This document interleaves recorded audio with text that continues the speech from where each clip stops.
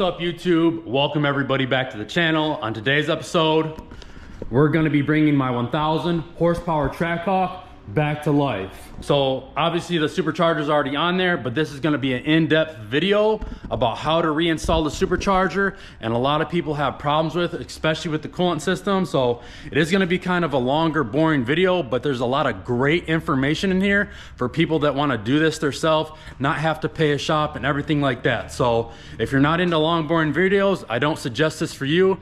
The next video I'm going to be posting is probably me at the drag strip. We're headed there tomorrow to see what she can do now that it's back up and running, but here we go. Let's get into it.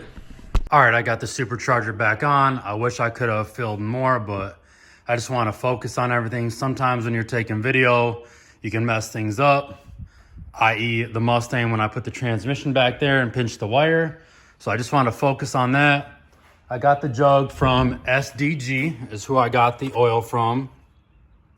You can add this syringe with a hose to the cart, but I still decided to take it off anyways and just do it that way. A little bit of fluid came out, not as much. There's 8 ounces in here, and that's how they say much it takes. There was not 8 ounces of fluid in there.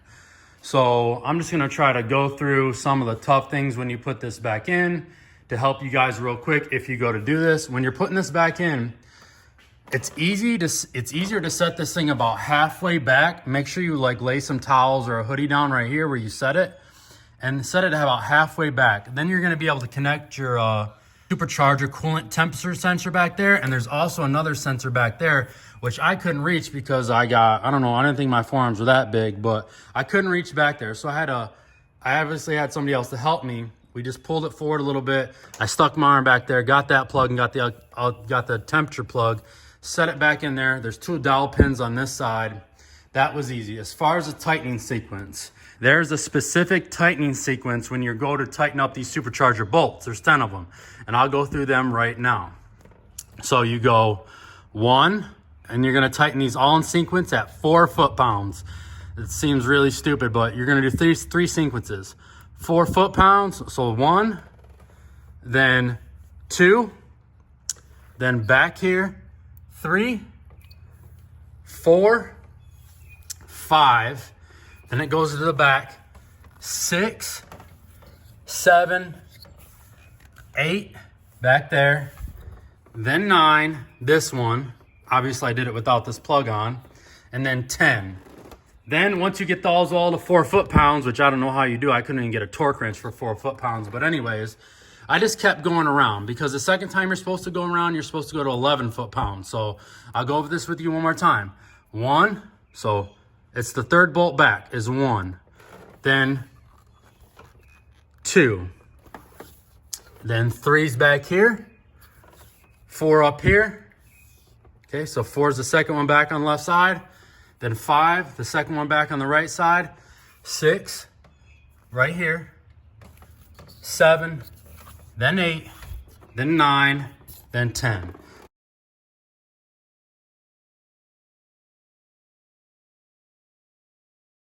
So once you go through there and get them to 11 foot-pounds, which again, I couldn't find an 11-pound torque wrench, I just kept going around. I'd do like a quarter turn, quarter turn, quarter turn, quarter turn. And you are gonna have to use a extension on some of these because this bolt's too close and you can't do it, so I used the extension. But I just did that, easy, easy, easy. And then when I got to where I feel like it would be readable, I got my torque wrench out, set it to 22 foot-pounds, and I just did the same sequence, quarter turn at a time, quarter turn at a time, quarter turn at a time, until they all clicked at 22. And when they all clicked at 22 foot-pounds, I went around 2 more times just to make sure. So that's pretty much the sequence. Don't forget about all your plugs. If you have a booster pump, like most people's booster pumps back there, which hard to get to, my booster pump's up here. Make sure, you can see the 2 connectors right there. Make sure you reconnect your booster pump. There's a hose line that goes right there. That hose line, make sure that's pushed in all the way. Get all your injectors connected, 4 on that side, obviously 4 on this side, V8. All your map sensors. So 1, 2, 3, and then 4 back there, obviously behind the Supercharger. It's underneath this line. You can barely see it. It's back there. You see those little wires right there? That's the last one. And I need to connect this one, and that'll be it. So that's pretty much it. Then you can connect this. I'm gonna put my cold air intake down. Oh, I wanna talk about this cold air intake. So I feel like Livernois Motorsports doesn't get enough recognition about their intake. I think this is a 5-inch tube. It's huge. It's just as big as a leg maker intake. It's ginormous. Big filter on there, but it also comes with this shield. So I like this shield because it's shielded from the exhaust. I run open headers and they're not coated. I should have got them coated, but I didn't. And how that sits in there, it blocks that header heat. So I like it. You don't get as much noise. I know a lot of people love the noise, but you still get a lot of the performance and you're keeping away from the heat. So I'm gonna put that on. One more thing, there is a specific sequence that you need to do if you take it off like this when it comes to refilling the coolant line. So I will go over what you have to do to refill the coolant lines. I'm just gonna put the intake on right now. All right, this is the important part. When it comes to bleeding this thing or bleeding the system in these, it seems to always be a problem. People seem to always have an air pocket. So this is the important part. All right, you're gonna have to do this one of two ways or both like I am. So this is actually my second time bleeding the system. I'll walk you through what I did the first time. You need to get yourself a kit like this if you don't. This is a must-have for bleeding coolant systems. And here it is right here. I just got it off Amazon. Great kit. I use this all the time. Anytime you change the thermostat on here, comes in handy. So you need to get this filled up a lot more than this. You know, I'd probably put it at like 1400. Make sure you got a good bit of fluid in there. Start the vehicle and let it get up to operating temperature. And your operating temperature is going to be whatever thermostat you have. So if you have a stock thermostat, I think it's 190. I have a 180 degree thermostat. So at 180 degrees, this thermostat opens up and the coolant flows through. So when it hits operating temperature, you hit the defrost, full blast, and just let the bubbles come up. And you can watch through the glass, air bubbles start to come out of here. You rev it to like 2000, hold it at 2000 RPMs for like 10 seconds, let it drop back down, chill for a second.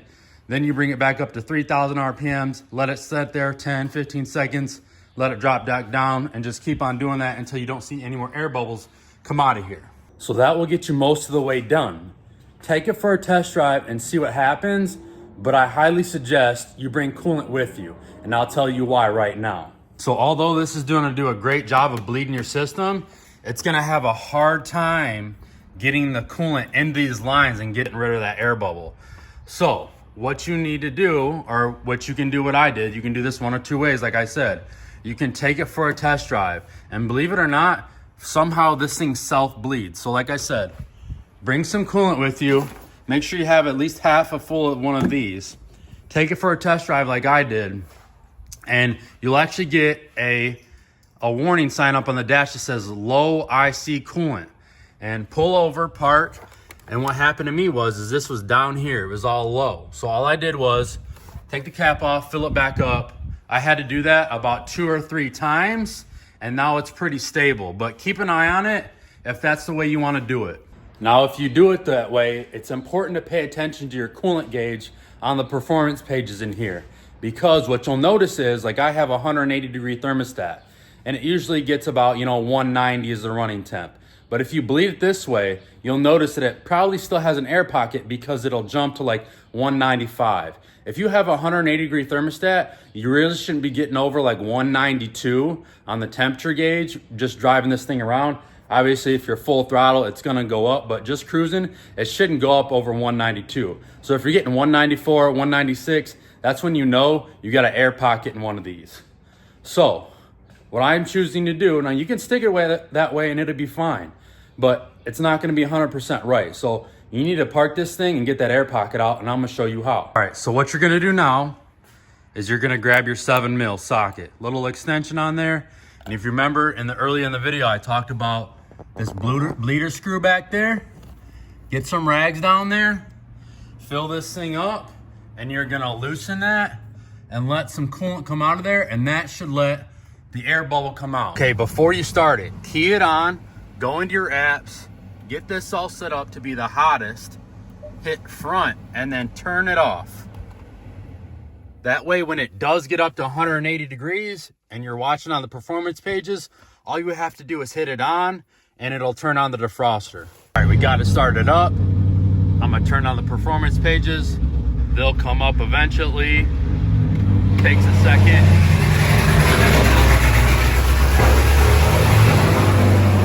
See if we can see anything that way.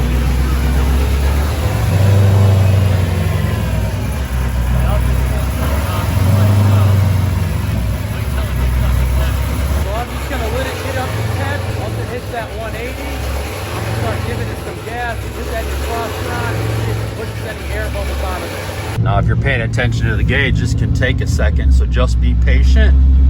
Let it do its thing. Let it warm up naturally. You can give it a little bit of gas, but I wouldn't go crazy. One thing about these Hemis is you don't want to let them idle for too long. They don't have a good circulation of oil, especially to the cam. I'll try to include a video of that, and why you don't want to just sit and idle with these things. There's a guy that did a video where he put like a bore scope in a block of a Hemi, and he showed how much oil or lack of oil was getting to the cam. So it's already jumping up pretty quick, 131. Like I said, once that hits 180, full blast with the defroster. We're gonna give it some gas, watch for any air bubbles that come out of there, and then we're gonna check out that bleeder screw as well. All right, we hit 185, defroster on. Come to your apps just to make sure. Climate, full defroster, high, high. Let's go check that bleeder screw.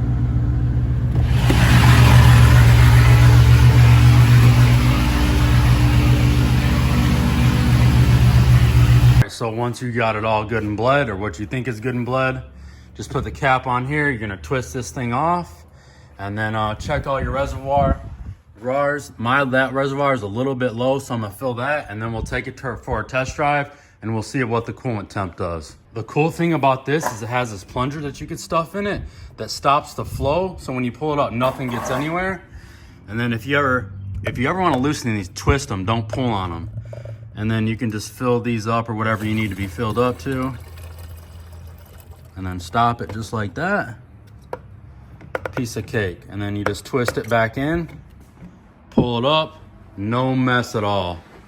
And then just right back in there. And like I said, never pull on these, twist them. We're just cruising right now. I got my eye on my coolant temp. If you see that, that's 192, right where it should be. That shouldn't be fluctuating up and down. Before I bled the back of the supercharger with that screw, it was going like 194, 196, stuff like that. You want it to stay steady while you're steady driving it. 192 is about normal for a 180 degree thermostat. So just gonna make a quick trip to Mexico, do a little pull, and we'll see how the coolant goes.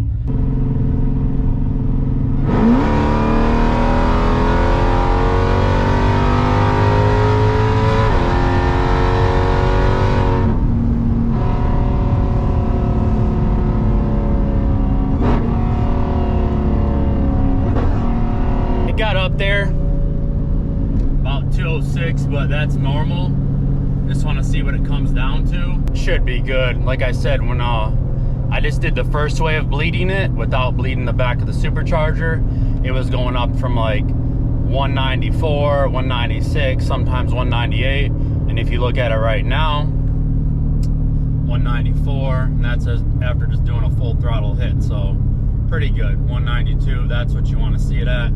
Mind you, remember, if you have a 180 degree thermostat, it should be about 190, 192. If you have a 170, 182, 180. Make another quick hit here. I got the coolant temp pull up on the dash. See what it does.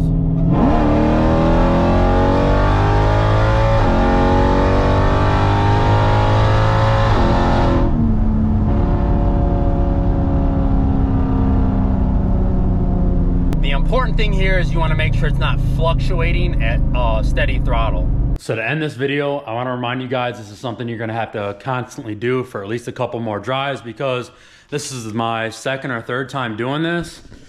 And if you look at the supercharger coolant tank, it is low again. So mind you, I've filled that tank up about 3 or 4 times So you might just want to keep a bottle of antifreeze with you when you go on rides, especially the long trips. So if this was helpful to y'all, or you gained any knowledge from this, hit the like button, leave a comment, and until next time, everybody take care and stay blessed.